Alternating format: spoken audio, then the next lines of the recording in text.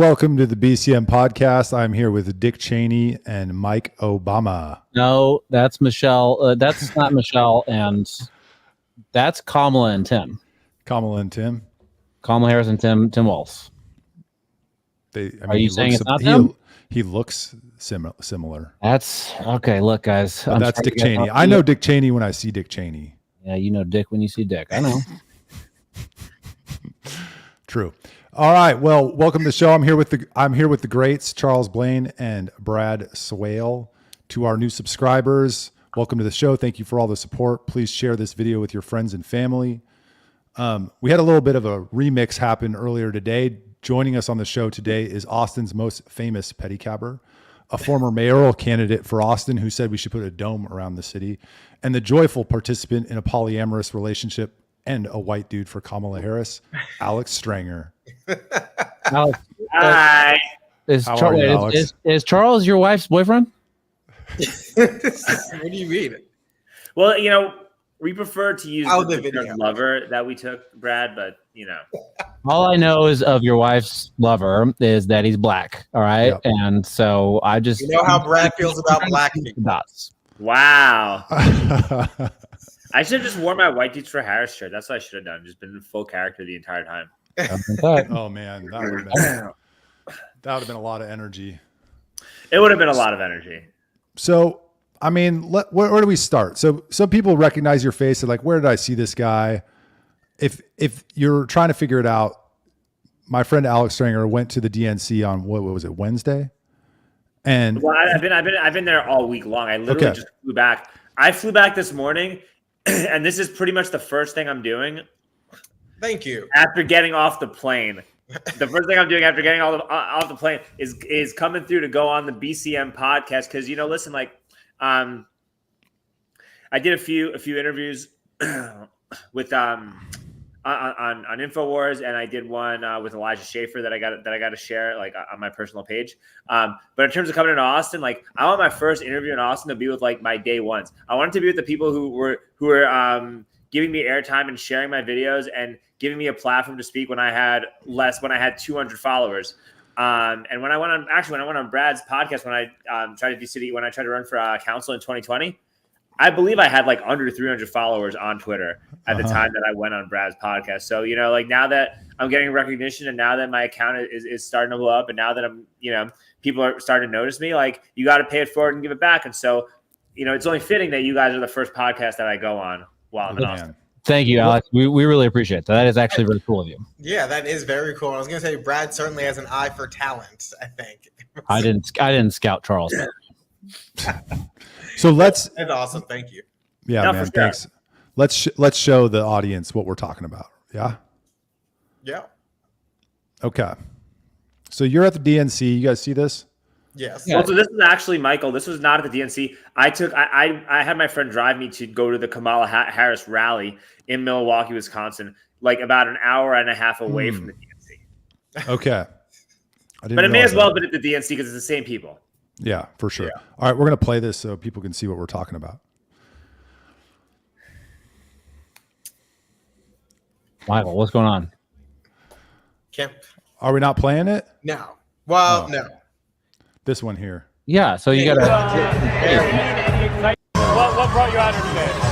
No, listen, my name is Noah Shorts. I use he, they pronouns. Like, I'm just really excited that we have, like, the first black woman that could be the president of the United States. And like my wife, right? We're in a polyamorous relationship.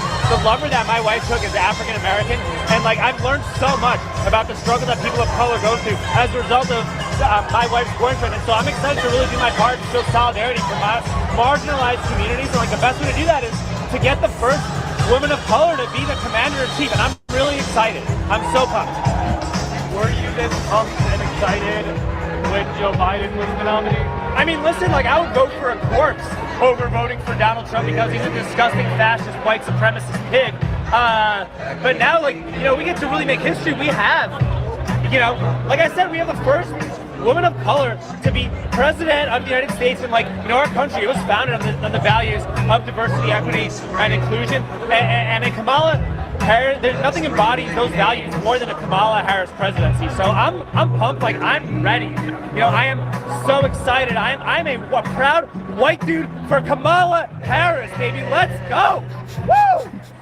Have you seen any excitement at a Democratic event like in this stadium? Or? No, listen, this is amazing. You know, like you can't generate. I couldn't see any more excitement. Like, the only way there could be any more excitement is if, you know, maybe you had like an artist or a celebrity performing or opening for Kamala, but no, this is amazing. This is like celebrity level of excitement. This is a rock.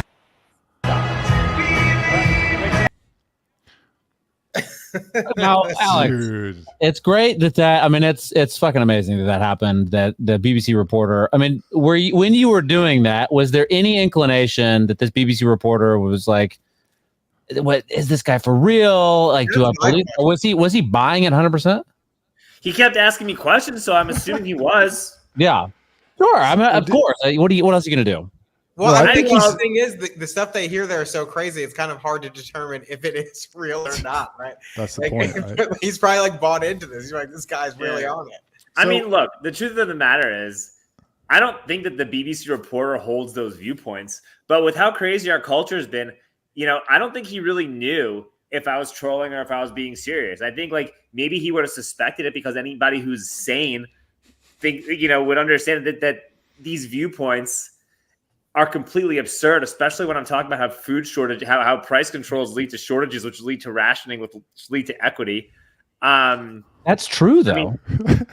It is true. It actually, The kernel of it truth sums is up communism and socialism in literally 2 sentences, which is insane. I'm just like, wow, that's crazy. But like, no, they kept asking me questions, and I feel as though if I hadn't posted that video on the internet, they may have possibly quoted me in that article when I said that Kamala Harris is a rock star president. They would have taken everything else out and just put that in the newspaper. yeah. That would have been awesome. Do you think it's pretty serendipitous that you have that your wife's lover is black and you did an interview with the BBC?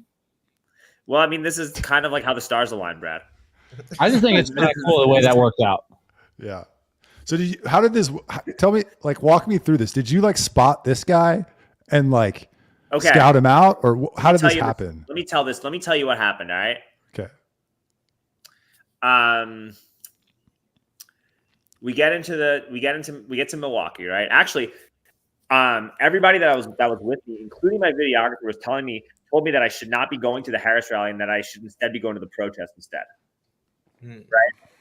And I made a decision and said, no, we're going to the Kamala Harris rally. Because A, I want to see if the excitement around her is real. B, no other reporters are going to be there because they'll all be at the protest. C, it's always good to be a contrarian. Brad knows that too. And D, I know for a fact that I can have a field day with these people. And so I made the right choice on multiple fronts. Okay. And when we're going in, we get in line, and the first thing that actually surprised me was that she really is packing stadiums, and I'm like, oh my god, this is crazy. This is like Star Wars level dystopian shit, where like the democracy in America is going to end with thunderous applause from people on soy-based diets. Cat ladies and grown men on soy-based diets who actually are in polyamorous relationships against their will. And so my videographer, actually, he's like the real hero of this because he found us bracelets to get front row seats. Whoa. How did you do that? They're on the floor. We just picked them up. Just grabbed him. Yeah. Literally found them. Literally. Yeah, we like literally just picked up the bracelets. We picked up the bracelets. They're right at the front. We grab the bracelets. We go in. They tell us where we're at. I'm still wearing them. Look. Like, I actually haven't even taken the bracelets off. I've showered, but I've not taken the bracelets off, right? So they had the bracelets. We had the bracelets. We walked right down. And all of a sudden, I see somebody with the news camera. And I point to my videographer, and I'm like, yo, get that fucking camera ready now. Get that camera ready and make sure it's fucking rolling. Make sure that camera is rolling when I talk to this guy. And so he saw the camera on us, and and then we made up a story like, no, look, it's my videographer. Like, look, we're filming a video, and we're just trying to document how excited everybody is to be here. And I just want to share my excitement. And I just want to share my excitement with the world. And that's why the camera's here. And they just looked at me and they're like, okay, fine, whatever, go ahead and film. And then they asked me the questions. And then I walked away, and I honestly had no idea if they thought I was trolling or if they thought that I was serious. But here we are, and they know now. So what do you think that, I mean, is the excitement is it natural, or are people really excited, or is it like they think Beyonce's going to be there and so they want to show up and like have a good time? No, it's fucking real. It's actual real excitement. Yeah. There was no celebrity. There was nobody there. It was real, genuine excitement for these people. She was packing stadiums, Brad. This isn't a joke. Like, this is actually kind of crazy. Like, she was packing stadiums. We're going to go with the bad news first before we go with the good news. All right. Let's go with the bad news. Let's do it. Well, the bad news is that Kamala Harris is packing stadiums. Okay. That is bad news. Okay. Okay. What's the good news? Well, let's continue. We got to finish. Oh, We sorry. gotta extrapolate on everything. All right. So Kamala Harris is packing stadiums, and people are lined up way down the block to see her. And when you're talking to the voters, they are actually very enthusiastic about Kamala Harris, which also could be implied, which also means that which could also be interpreted as the fact that they are just they are about 1,000 times more enthusiastic for Kamala Harris. Actually, no, they're probably about 10,000 times more enthusiastic for Kamala Harris than they are for Joe Biden. Yeah. Yeah. But 100xing from zero is not a lot. Still zero. And she's got to do some interviews here in a debate, and I think that level of enthusiasm is going to subside at least a little bit, right? Well, no. No. It will not subside, because a lot of the people that are there, like I actually have to edit another video, but I just basically was interviewing people at the rally, right? And I'm just like, basically got them to say that they would vote for a corpse over Donald Trump. And so what I was saying is that it's got a little long-winded, but basically Kamala Harris is packing stadiums, and every time she speaks, she's being met with thunderous applause. But I would say that almost everybody who is packing that stadium was going to vote Democrat anyway. Right. Because they're there out of visceral hatred for Donald Trump and as a result of brainwashing from mainstream media and groupthink. So it's not like she's, I don't know if she's really attracting new voters. I just think that her already pre-existing set of voters are just more excited to vote for her. Yeah. So one question so I've seen you do the culture jamming stuff at City Hall, and it's hilarious, but you prepare us like what you're going to say, right? So was this shooting from the hip, or did you kind of have an idea, if I get in front of a camera, this is kind of what I'm going to say? No, I knew what I was going to say for like weeks on end. Okay. Like once Kamala got announced as a nominee and I just started seeing what was happening, it just clicked. I'm like, I know exactly how to pitch a Kamala Harris presidency in the worst way possible. And that's what I'm going to do. Like the Harris and Walz campaign, they really are running a campaign of joy. And it's not a lie. Like they're running a very joyous campaign. And the vibe is, like, it's a pretty positive vibe. People that I'm talking to, they are nice people, most of them, right?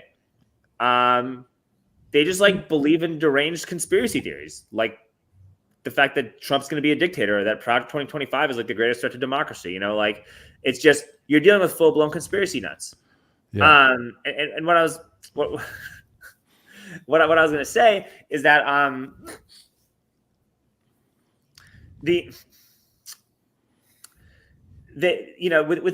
everything I mentioned, even though like you're dealing with people who are like the epitome of mental illness in a way, or derangement for like a particular candidate, they are happy in their derangement. They are happy in supporting Kamala Harris. They don't like the stuff that we are concerned about and viscerally disgusted by when it comes to Kamala. They don't care. They just do not care. Like they don't care that the Democratic that they didn't have an open primary at the DNC. They don't really care that much that Bernie Sanders got robbed twice. They don't care about the fact that they were trying to force a big pharmaceutical product down your throat that was untested in order to go to the grocery store. They just don't. They don't care about any of that. They don't care about the idea of. They don't care about the fact that Kamala Harris could very possibly cooperate with the British government and send you to jail for tweeting the wrong thing on social media, right? Like, they just don't care. They don't care about like owning Bitcoin. They don't care about banning central bank digital currencies. They like the things that normal people should care about.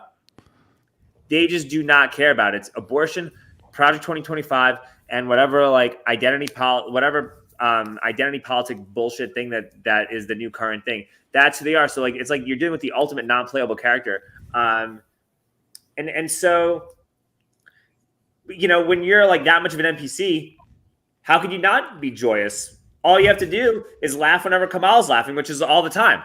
And so she's drunk. With that being said, like I hope they run the happiest campaign possible, because no matter how happy they are, no matter how happy they get, I'm going to be infinitely happier making fun of them. Good for Are they you. going to win?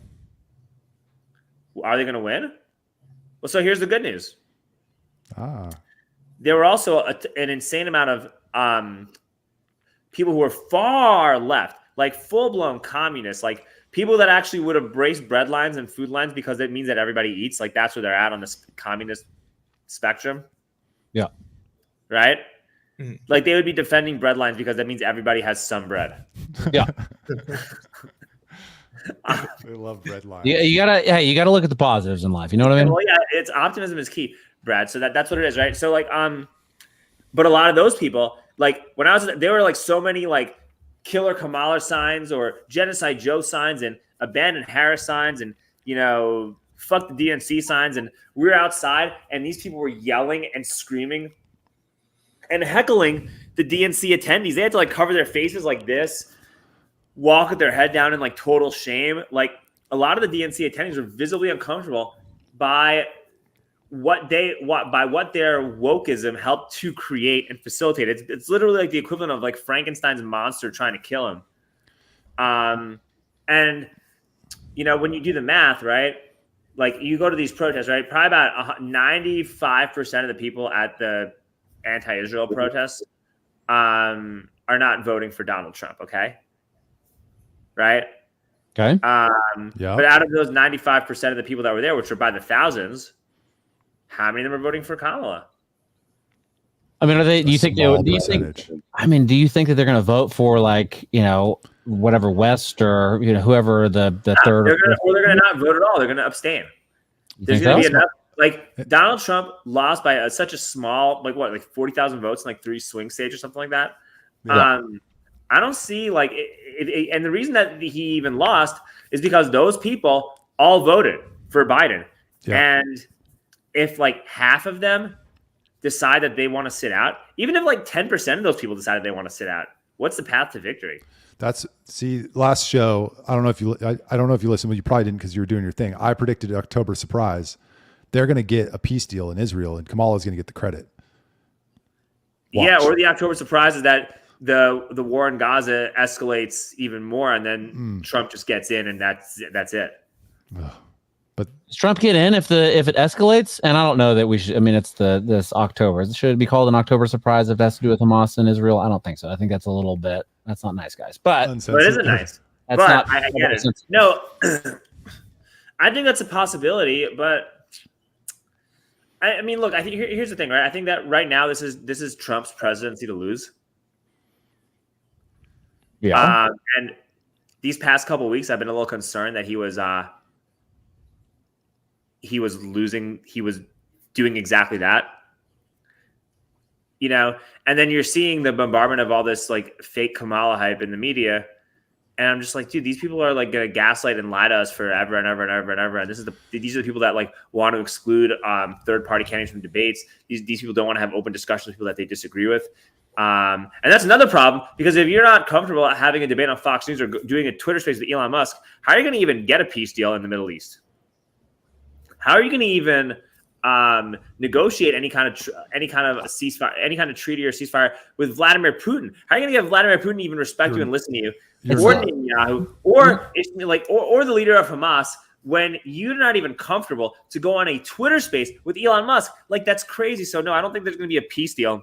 No one. I mean, you don't need to do that, though. I mean, Joe Biden has shown us that you don't need to be able to do those things to have an administration, right? Like, Joe Biden is not doing those things, but those things are happening, right? Well, yeah, but if you're not able to carry on a conversation and being a grown up adult, and you can't communicate your policies to your own people, then why would the rest of the world respect you, right? And if the rest of the world doesn't respect you, why would they?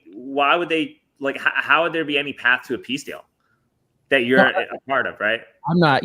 I agree with you. I'm just saying that that's happening right now and has been for a few years, right, with Joe Biden.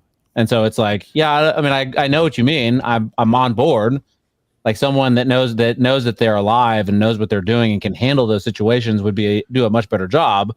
But the administration can still be there. You can still be the president and not be able to do those things, as Joe Biden has shown us.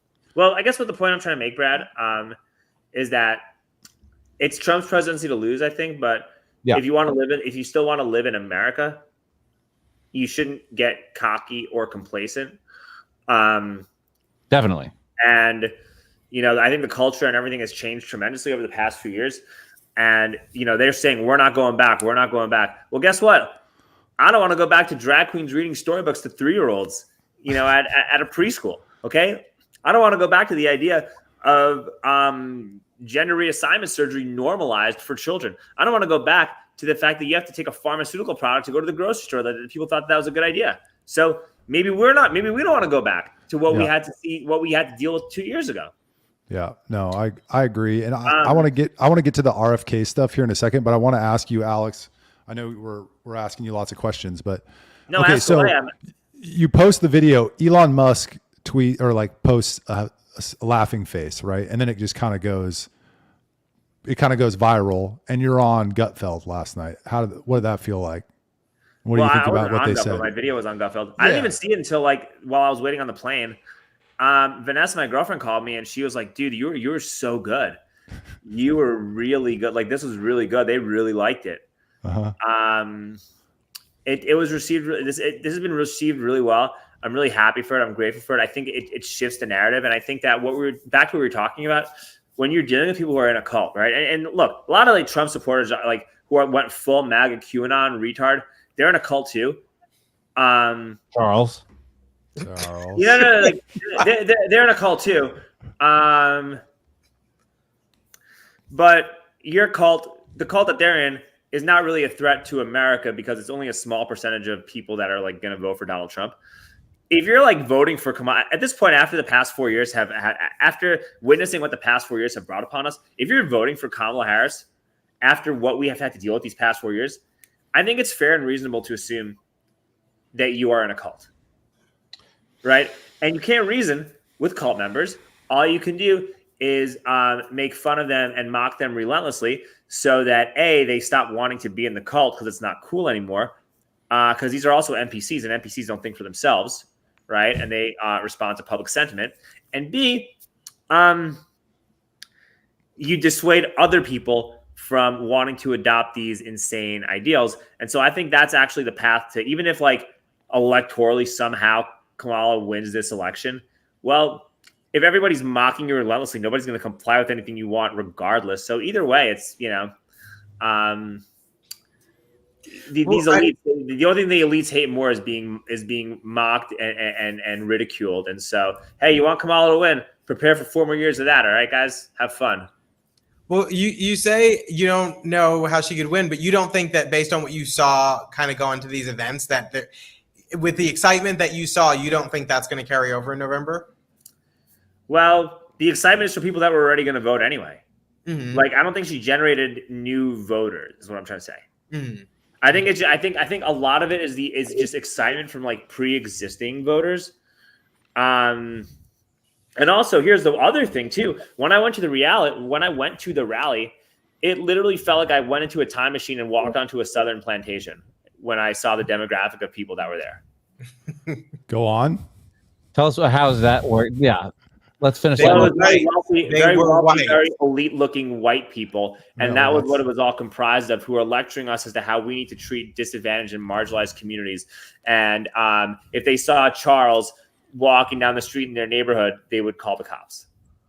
Well, that's the Democratic base. Yes. It's upper middle class white women primarily, but they're Awfuls.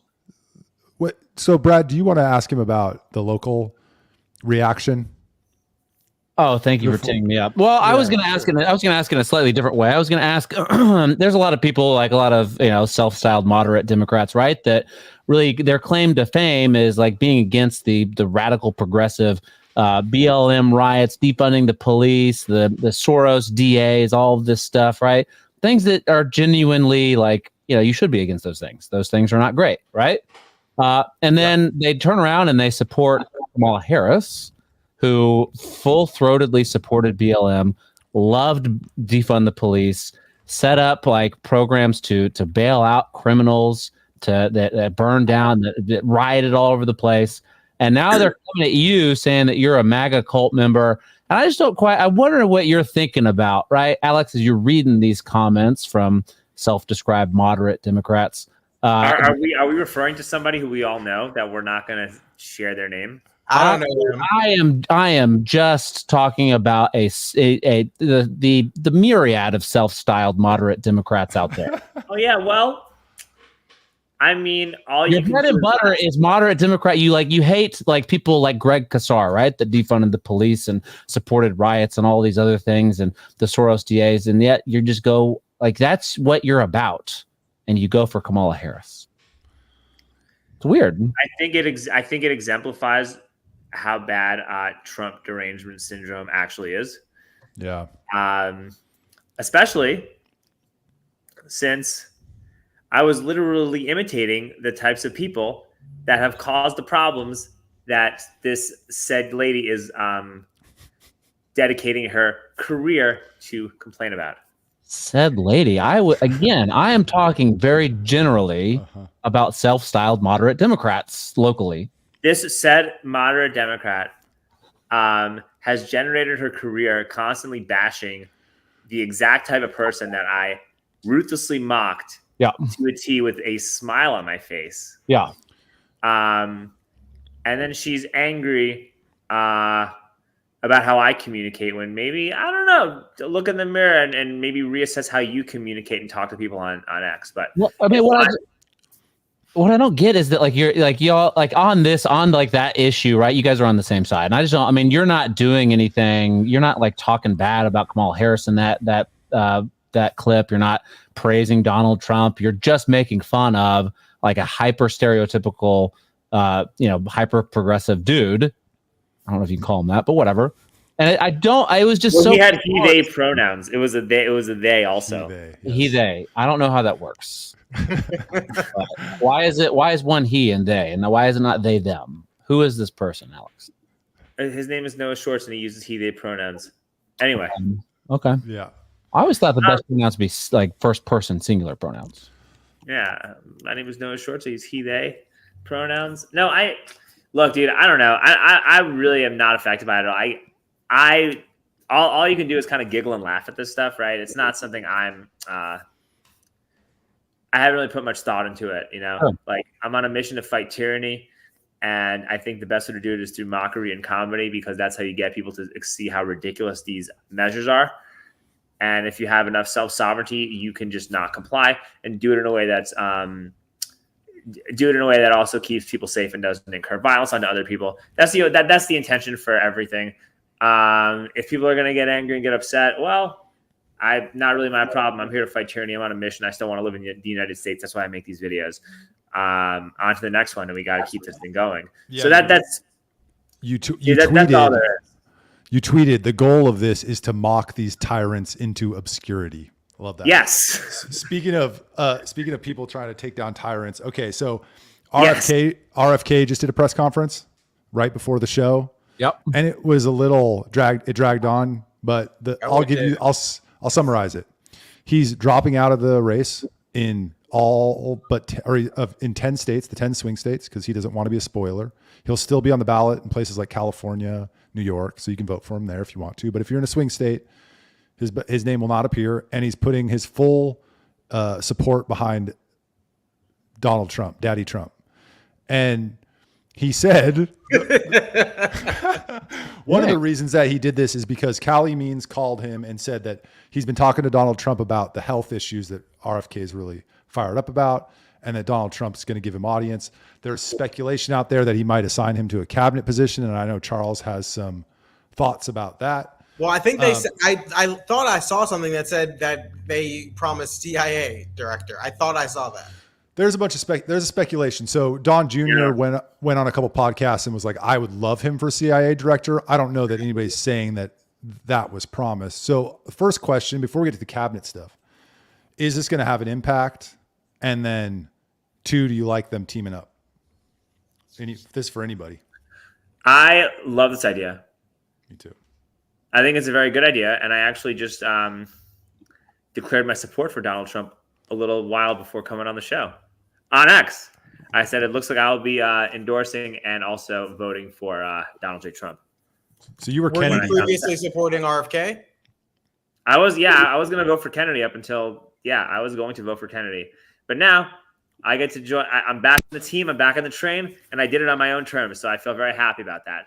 I'm curious though, what's for you? What's the difference between what brought you over to RFK as opposed to Trump initially?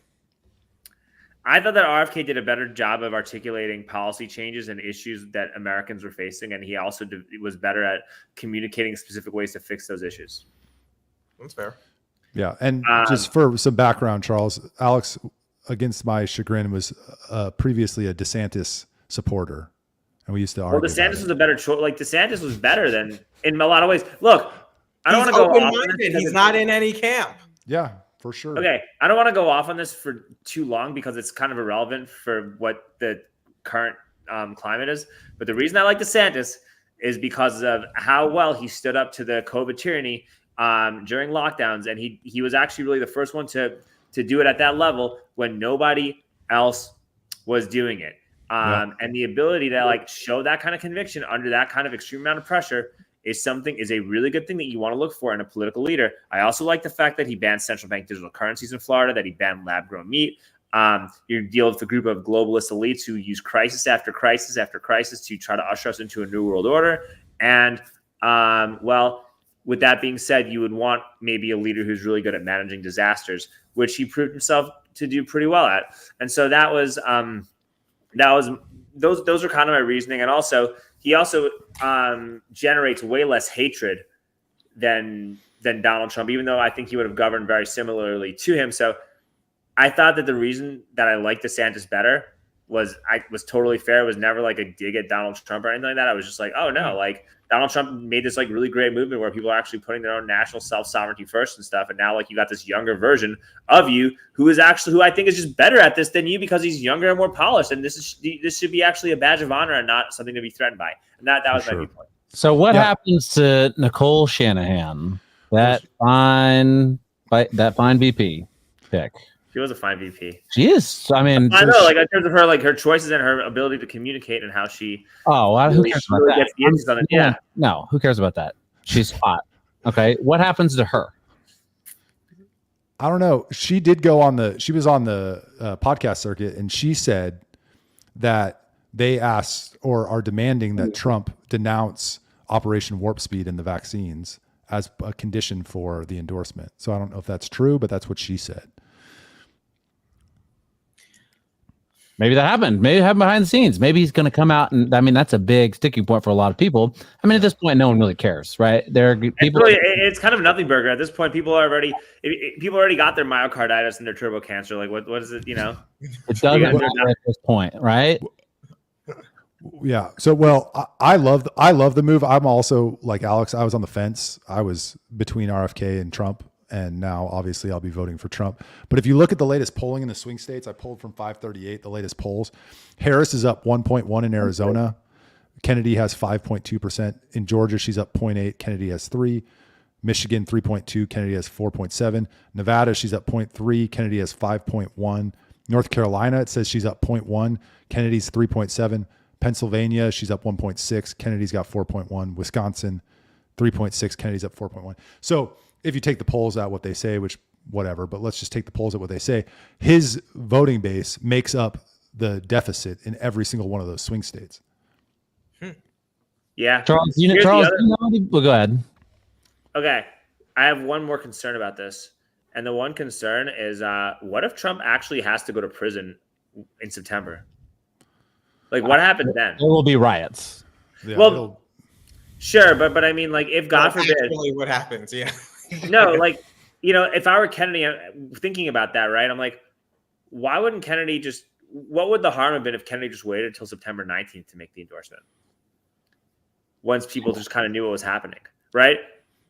I mean, maybe they did the math and didn't think that they could even win then. I don't know that Trump supporters would, like, if Trump goes to prison and he cannot become president for that reason, then I don't think Trump supporters are going to vote for RFK in enough numbers. Well, and to be clear, RFK didn't drop out. He suspended his campaign, he said, so that he can keep it active in the event that nobody gets enough electoral votes. It goes to I forgot what he said. He said it goes to something vote, and he could be in the running again. So he technically didn't suspend. I mean, he didn't terminate his campaign. He only suspended it so that he can pull his name off those ballots. And then in the event something happens, he could still be president, which I think, I think that's an olive branch to his rabid supporters who probably don't like Trump very much. But That's I think it was a great gesture. I'm just illustrating one concern about this great gesture. And the concern is if he goes to Trump has to go to prison. Yeah, but he's still going to run from prison. He's still going to get votes from prison. Yeah, but that, like, I think the average everyday regular person just, in Milwaukee, like in Wisconsin or something like that, might have a different view about this than me or you. Yeah. So I don't know. I don't think being in prison is going to help you electorally. I don't know. I mean, I know there are a lot of people in Austin that are, people that are close to me that are big RFK supporters, did a lot of freaking work for RFK to get signatures, spent hours and hours and hours with him. We also paid you to get the signatures. I was one of those people. Well, right. But these people are horrified that he has come out and endorsed Trump. And they say, I'll vote for Trump, against Kamala or whatever, I guess, because RFK said it, or because she's a communist, or because vaccines, or because whatever. But I don't know that they're going to be able to hold their nose hard enough to pull that lever for Trump. I don't know that this is going to translate all that much. I translate some, but there are people that are really pissed off. Yeah. RFK. Yes. Yeah. I believe that. I mean, there RFK people are Trump supporters. Like, even if they're not Trump supporters, they're certainly not Kamala supporters. Yeah. Like, if they want something different, if they want something that's, not the typical institution, they're not going with Kamala and the Democratic Party. Like, I think these people are naturally inclined to be Trump supporters or be non-voters, but I don't think they're going for Kamala. Yeah, it definitely helps him electorally. I think there's no doubt about that. But here's the other thing that I think people aren't taking into consideration quite yet. Trump's secret sauce in 2016 was that he was anti-establishment. And he's lost some of that juice, right? He's surrounded himself with a bunch of establishment figures. And now and this takes us to Charles's. I'm monopolizing the shit out of this. No, you're the guest. You're here for that reason. Okay. Trump literally surrounded himself with establishment figures throughout his first term as president. Correct. Okay. Very bad. Agreed. There are actually things that I like about what Donald Trump has been doing too. And it's the desire to put Bitcoin on the balance sheet, creating a Fort Knox, a digital Fort Knox, freeing Ross Albright.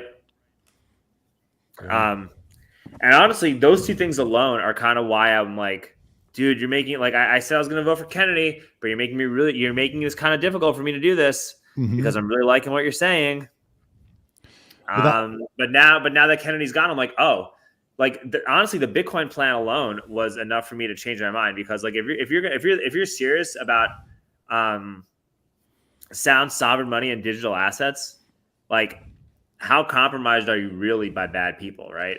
Is how I look at it. And also, people think, like, oh, Trump won in 2016 because of the energy he had and because of this, that, and the third. I'm like, I actually disagree. I think Trump won in 2016 because of the total lack of energy from people on the left and the lack of energy from everybody else. And I think that the reason why he won, which he won a pretty close election, he won because people didn't bother voting because they were pissed off about Bernie Sanders and Hillary Clinton, like Hillary stealing the nod from Bernie. And then you know what happened? And when COVID hit and BLM hit, those same people who didn't vote got guilted and pressured and psyoped into voting for Joe Biden in record numbers. And now look at what we have. So I actually think that and I'm maybe being another contrarian again. I actually think that Donald Trump being like more normal and more pragmatic is probably going to help him win in this versus just going full to 2016. Alex, I'm told that Trump and Vance are weird and not normal.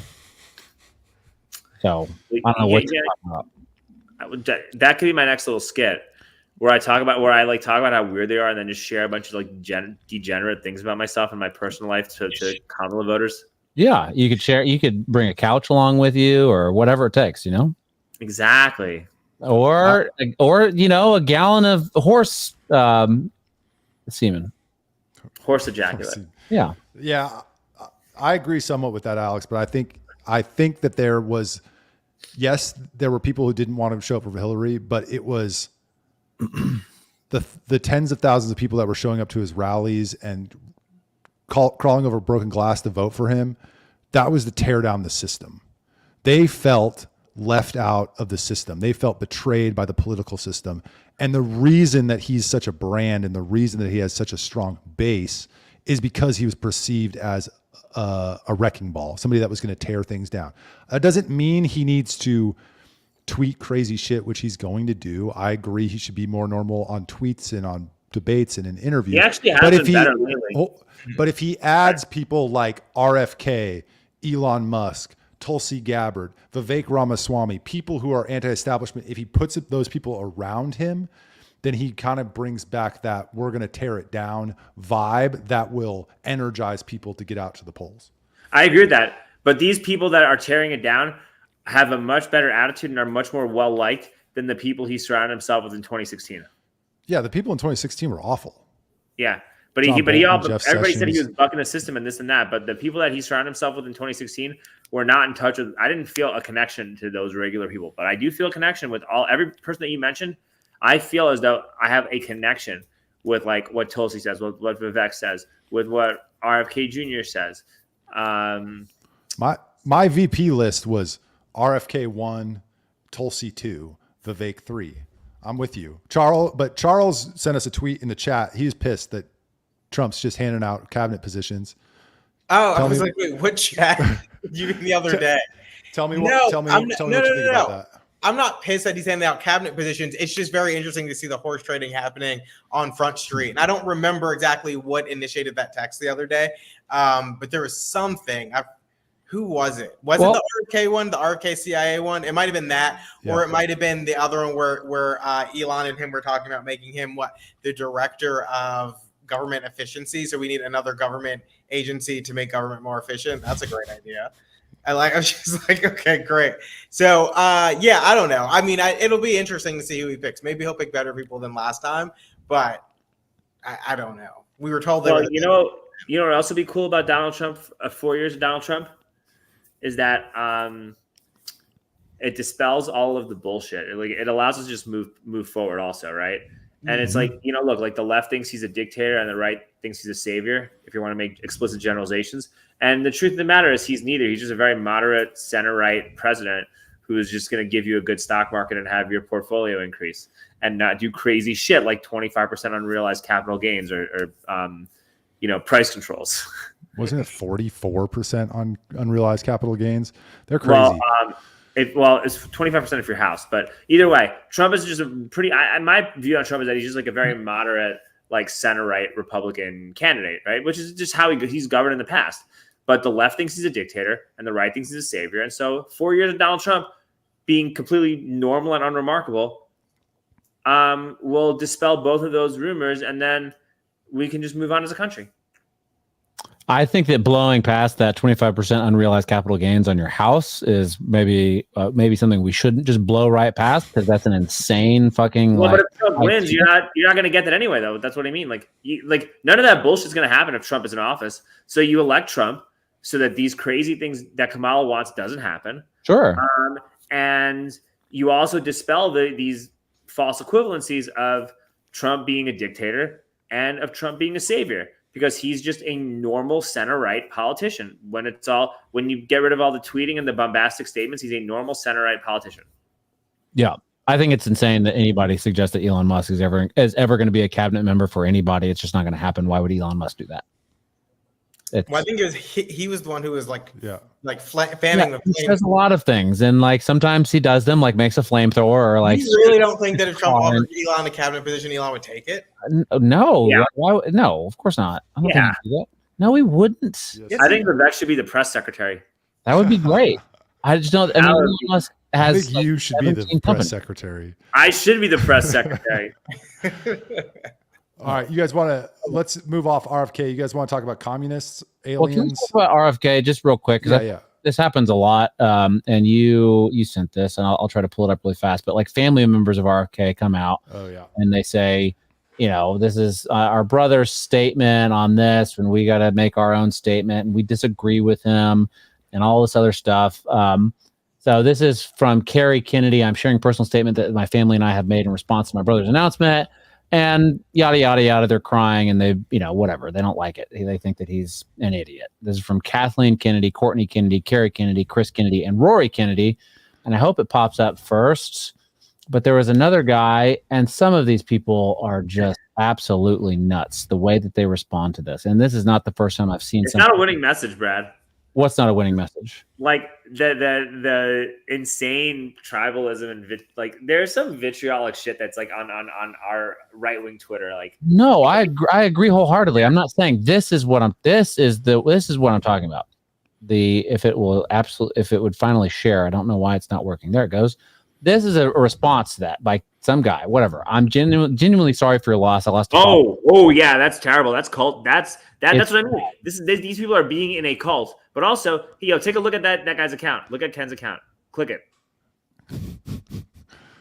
All right, never mind. Okay, so Ken's a real human, but a lot of these people that tweet that stuff are not even human beings. Like you'll click their account, and they've been active since November, and they've tweeted 30,000 times. Yeah, that's crazy. Right. And so, I mean, I've seen, he's not the first real person that I've seen say something like that. I think Charles tweets stuff like that from time to time. And it's just really embarrassing that people like, I lost my family member to MAGA. Like it's a disease. And it's just, dude, that could be one of my next acts. That could be one of my next acts, dude. There you go. That you lost a family member to MAGA. I'll play your family, your MAGA family member if you want.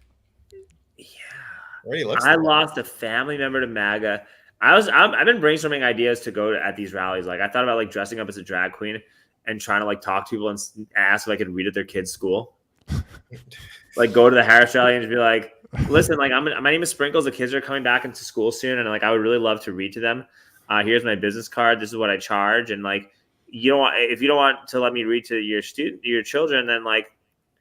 I feel like that's white supremacy and domestic terrorism, and it borders on physical violence. I don't understand why you would not want me to reach your kids. This is supposed to be a campaign of joy and happiness. Why would you not want me to do that? I don't understand. Like, your name is Sprinkles after all. It is Sprinkles. Are you still kicked out of Planet Fitness? Well, Alexa Dawson is kicked out of Planet Fitness. Okay. Alex Strenger is not, because I went as Alexa Dawson. That's a very good point. I apologize. Hopefully Planet Fitness does not watch this. Yeah. Alex Strenger could walk right into Planet Fitness and start working out with no consequences. Can you be addicted to sandwiches? What? I mean, I think you can. It's a serious question. Every week we do a potpourri. It's a question or a topic or an article, just something that's not politically related to clear the air as potpourri is wont to do. Yes. And so Michael's potpourri this week is to ask the question, can you be addicted to sandwiches? And what is your favorite sandwich? the answer is absolutely yes, you can be addicted to sandwiches. If people eat couch cushions, like there's people out there that are absolutely fucking insane. I don't know those people. Who Toilet paper eaters? Honey chicken teriyaki is my favorite sandwich. That's my honey go-to. chicken teriyaki. What kind of bread do you put on that? Sourdough. Sourdough, honey chicken teriyaki. Oh, interesting. Yeah, that is an interesting combination. Any veggies? Well, yeah. Veggies on a sandwich? No, you use veggies. Yeah, you absolutely use veggies on a sandwich. You got it. Well, listen, bitches. One, I am asking a normal question. What veggies do you put on this particular sandwich? Not do you put veggies on sandwiches? I'm telling you right now.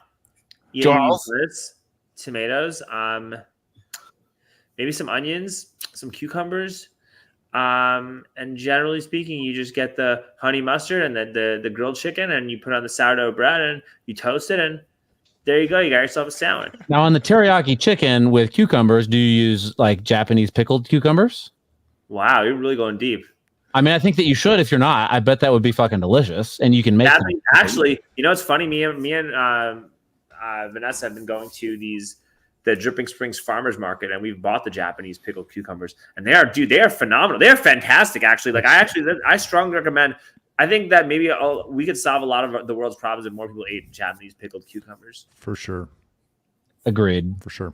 Charles loves Japan, thanks to Megan Thee Stallion. Charles, what's your answer to the sandwich question?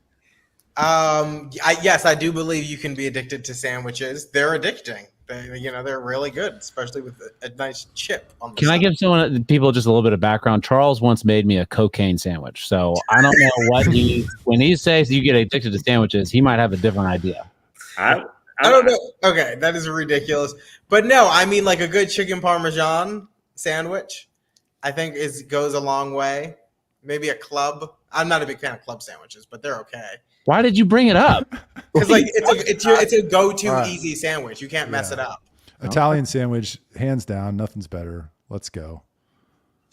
Mortadella, pepperoncinis, ham, Swiss, and mayonnaise. Like, why do y'all got to make it so complicated? Just make it basic and simple, like the basic bitches y'all are. Stop it. Ham, Swiss, and mayonnaise. Oh god, it's so you good. use ground beef patties as your bread. That's like jail food. Is that jail? Yeah. Jail food. That's All right. Yo guys, they seem like they're doing all right. Sometimes they're pretty ripped, right? Having a good time. Last topic of the day. Making boyfriends. What's up? Pick one. Let's do this one because I'm interested to hear what you guys have to say about this one. We were going to do UFOs. I wanted to do peak oil, but we just don't got the time. So we're going to do Dave Smith. This is the longest one that you could have picked. You're talking about we don't have time? Wait, well, be more concise. Dave Smith, James Lindsay, Twitter spat or X spat about whether or not the Democrats are Marxist communists. One, the question is, are they actually? And the second question is, does this land, this argument against I want to share my views. Yes. All you. The Democrat platform right now is horrendous and awful, no matter what label you want to assign it. Yeah. Good point. And I think that we spend so much time infighting instead of figuring out how to collectively fight tyranny. That's how tyranny comes to your door. I wish I could have phrased that better, but I'm really tired. Basically, it's Stop such a arguing stupid thing to words. argue over. Like, who gives a shit? Like, Well, Dave Smith isn't on our team. Dave Smith isn't voting Trump, so it's not really infighting, and it's more of an intellectual debate. I think that Dave Smith is going to vote Libertarian. he's gonna vote for Chase Oliver. I don't think Dave Smith voted for that guy. No, I don't think so either. You're right. I don't know what he's going to do. I think he's voting for Trump, dude. The libertarians have fallen. And so is James Lindsay. And the infighting, we spend so much time infighting, and that like while I was saying that like this is Trump's presidency to lose. Yeah, it's because we like a whole bunch of us fight with each other over the stupidest fucking things imaginable. When fucking corporate communist World Economic Forum laced fascism is right at your doorstep, and nobody's taking it seriously or understanding the urgency of this. And we want to fight with each other. We want to fight with each other over intellectual and moral purity tests. It's actually ridiculous. Amen. So that's my 2 cents. The barbarians are at the gate, and we're arguing about what color the sheets are. Exactly. Like, hey, the Titanic is sinking, and we're arguing about whether there are enough blankets because it's starting to get cold. Exactly. Well, then I'm not going to argue my intellectual argument. my short story, it's not Marxism, it's fascism. They're different. And on that note, what the fuck is... It's a combination of fascism and Marxism. What the fuck is this? I think it's an answer, but that's cool, guys. Is it a You UFO? can talk. Brad, you talk. Good. Are they doing the fake alien invasion now that RFK dropped out? What? Why isn't my phone focusing? What is happening right now?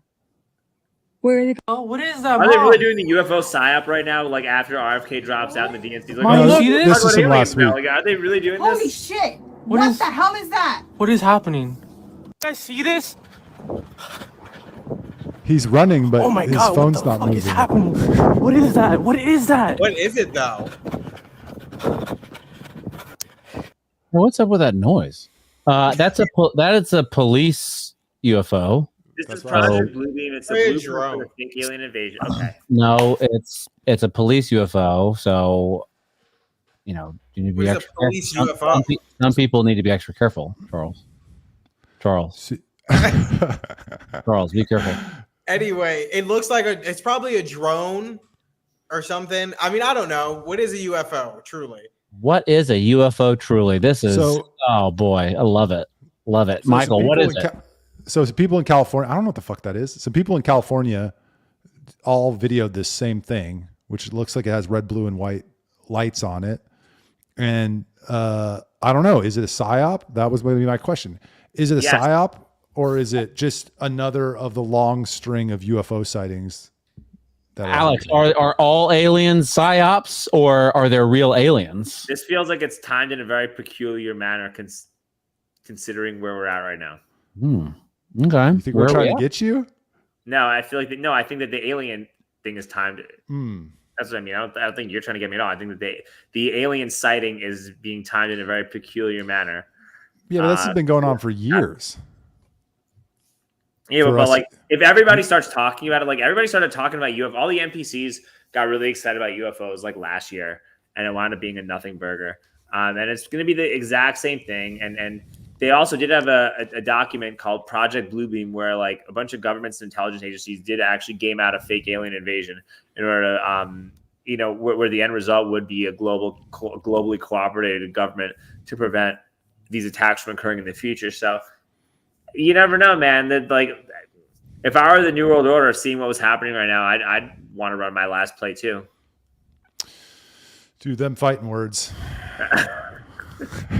He's right.